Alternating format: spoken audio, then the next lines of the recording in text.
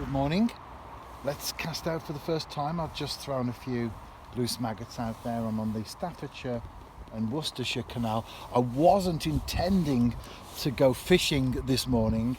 I was going later in the day, but my body woke me up, told me, take me out. So you know what they say, listen to your body.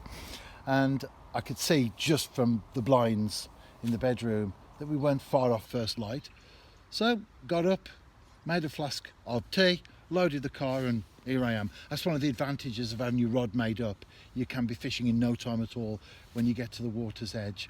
And it is just for a couple of hours, and I am fixed today because later I've got my recording for Bayside Radio when I chat angling with Jeff Pearson, and that goes out on a Thursday afternoon about 2:15. But for now, let's focus on the fishing itself. Swan has appeared. It's got its head down, not far away from where I've been throwing the bait in. Not a good sign. I've had one bite. I think it was probably a 2-ounce roach. You can just tell these things, can't you? I thought the swan was going then, but it's decided to turn around and come back. I love birds, but in the right place, and I think a classic example of that, which all anglers will understand, is cormorants. They don't belong on canals, rivers, pools, ponds and lakes, because we know how much fish just one cormorant can eat in a day. And when you've got half a dozen hanging around on a pool over the winter, they can destroy the fish population, no doubt whatsoever about that. As the float dips slightly, the mute swan has moved on, but I don't think it's going to develop. But cormorants, they're okay when you see them at the coast.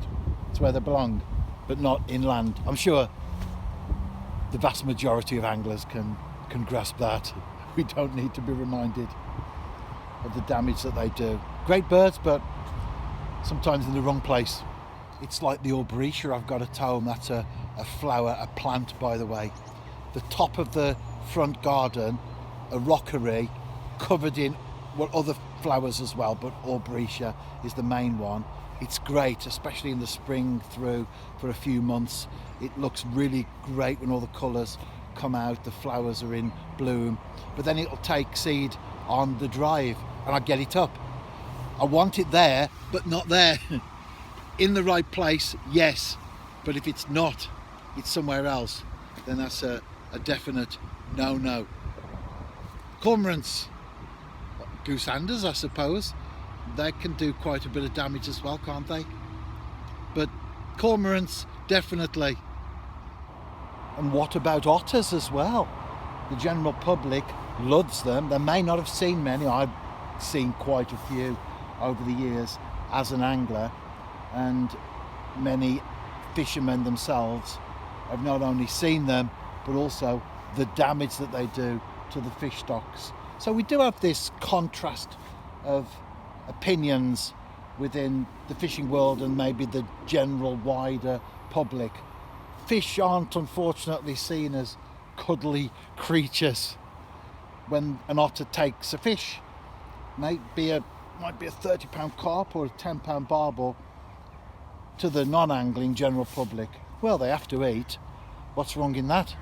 But for us as fishermen, we've just lost a really big specimen that might take years for other fish to even get anywhere near that size.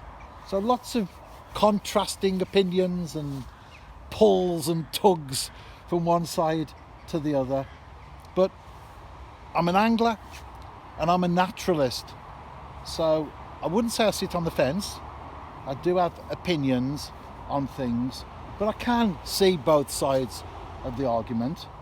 But that doesn't mean to say that you get splinters in your bum just because you can see what someone else says.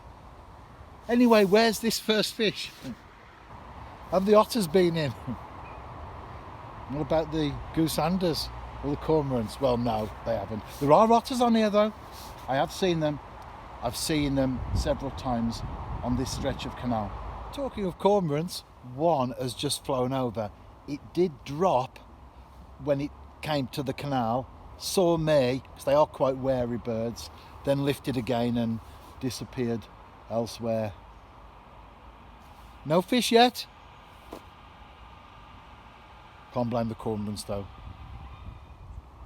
I've been here about half an hour, a quarter of the way through the session, and however small it may be, at least I'm not a blanker. Size 14 Drennan Super Specialist hook. Got one maggot on there, they're quite chunky sized ones. I might put two on though, see how the rest of the session goes. There it is, the anchor shot on my nose. That's a size 6 and it's about 5 feet deep. I'm fishing the far side of the boat channel and I'm not going to get this waggler into view. You know what a waggler looks like. It's a Drennan crystal waggler.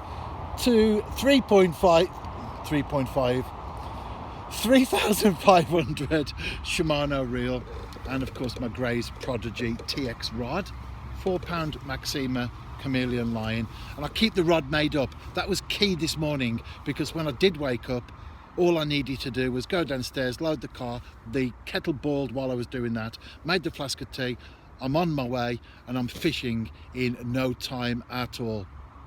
Will I add to the tally though this morning? Well, I've caught one. It's better than none, but not as good as 2. More movement on the float. It's looking good.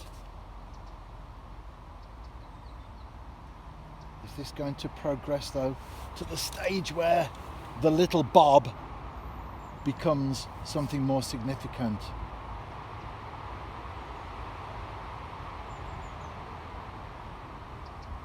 Not sure it is.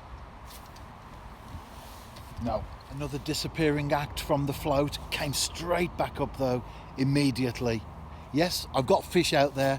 That's a good sign. Just need to hit some of these bites and translate them into fish on the bank.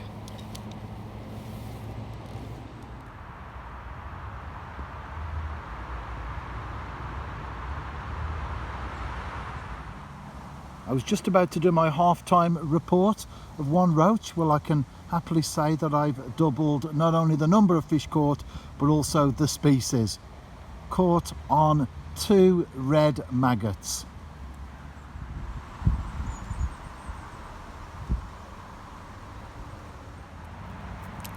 Three-quarters of the way in and a second roach.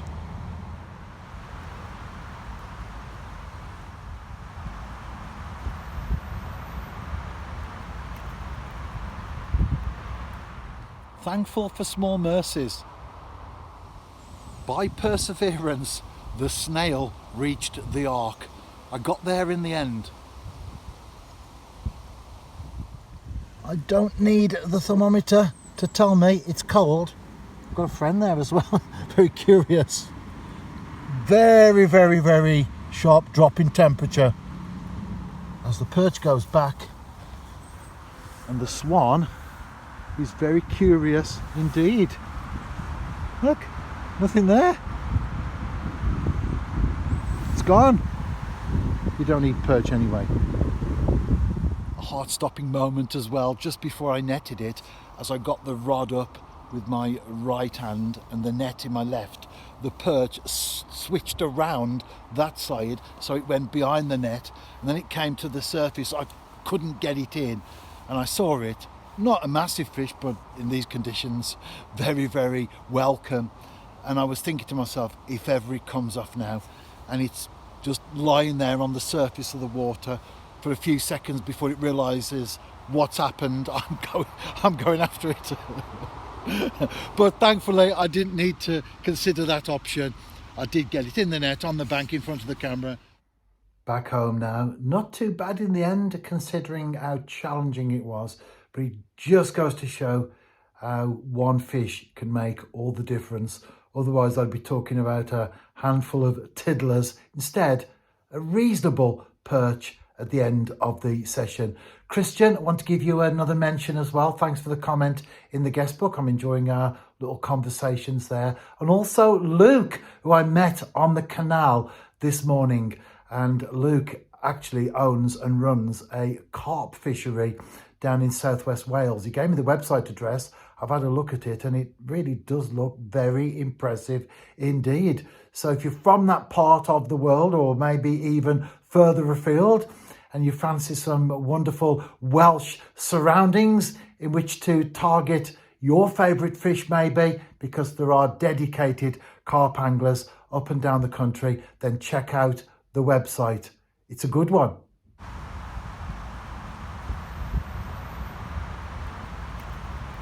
I've got my friend who's come and joined me for the radio show. I have indeed, Jeff. I've been fishing every day, which I've done so far this year. It's part of my bucket list tick for for 2025 anyway. I've been this morning. We've got some nice early mornings now, haven't we, with the clocks going back last weekend. And I was perch fishing on the Staffs Worcs Canal. It was very, very slow going, very clear water. I caught a few roach and perch. And then right at the very end, just there for a couple of hours, I hooked into a nice perch, netted it, got it in front of the camera and returned it. A lesson in perseverance there. I was on a canal, the Staffs Worcs Canal, which is quite local to me. It's a rural canal as well. It's mostly rural anyway. Goes through the outskirts of Wolverhampton, through Stafford, Kidderminster. But the section where I live, I've got miles and miles of canal to fish at.